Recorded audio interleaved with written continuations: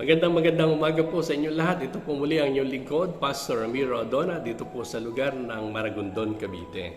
Nais ko pong ibahagi sa inyo ito pong sinasabi ng Isaiah chapter 41 verse 10.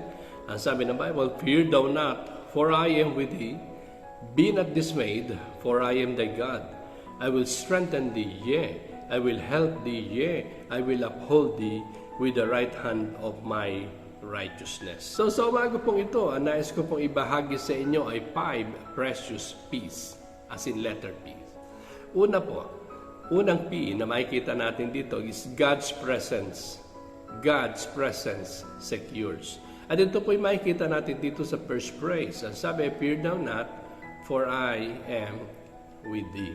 Yung sinabi ng Panginoon, yung katiyakan na meron tayo, na alam natin siya ay laging nasa atin, siya ang laging kasama natin, at siya po'y nangako na hindi tayo iiwan, hindi tayo pababayaan, at that He will be with us till the end of the world.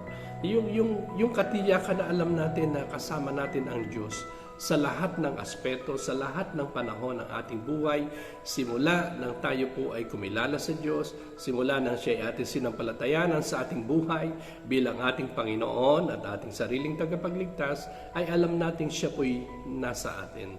Pangalawa, God's peace satisfies. Sabi ng Bible, "Be not dismayed, for I am thy God." So, God's peace satisfies. Ano po yung magbibigay sa atin ng satisfaction? Alam natin, hindi lamang alam natin kasama natin ang Panginoon, yun po katiyakan na we have a God. Meron tayong Diyos. Meron tayong Diyos na kinikilala, meron tayong Diyos na sinasampalatayanan kapag tayo nasa panahon ng bagabag, kapag tayo nasa panahon ng mga suliranin, kapag tayo may mga pangangailangan, kapag tayo may mga kabigatan sa ating buhay. Yun pong katiyakan ang sabi ng Bible, ako'y ang Diyos mo, ako ang Panginoon mo.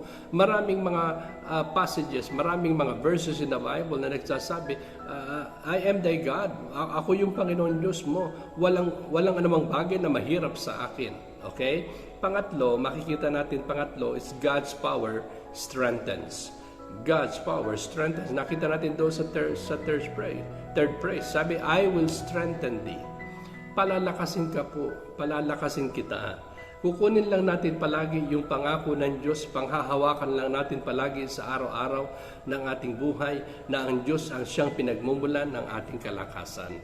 Ang Diyos ang magpapalakas sa atin. Kapatid, ikaw ba'y nanghihina? Ikaw ba'y nalulupaypay sa iyong buhay? Parang ikaw ba ay medyo nanghihinawa at nawawalan ka na ng lakas sa iyong paglilingkod? O parang ikaw ay pagod na at parang sinasabi mo, ako'y pagod na.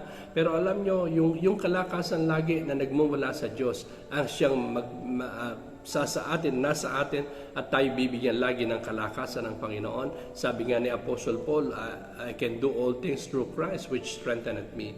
Yung kalakasan ng Diyos ang siyang magbibigay sa atin ng biyaya araw-araw at higit sa lahat ng kalakasan na magawa natin, magampanan natin yung lahat ng mga bagay na dapat nating magawa sa ating mga buhay.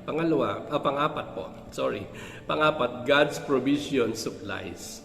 God's provision supplies. Sabi dito, "I will help thee." Okay? I will help thee. Tutulungan kita. Yung salitang tutulungan kita, that means, ano yung hindi mo kayang gawin, gagawin ko para sa iyo. Ano yung hindi mo kayang i-provide para sa iyong sarili, I will provide it for you. Ano yung hindi mo kayang gagawin, kung ito'y gagawin mo at parang tila kulang ang iyong lakas at parang wala ka nang makakaya, wala ka nang magagawa. At sabi ng Panginoon, ako'y tutulong sa iyo. Tutulungan kita. Okay? So God's provision supplies. Naandyan po palagi yung kasapatan ng Diyos. We all know that God shall supply all our needs according to His riches and glory in Christ Jesus.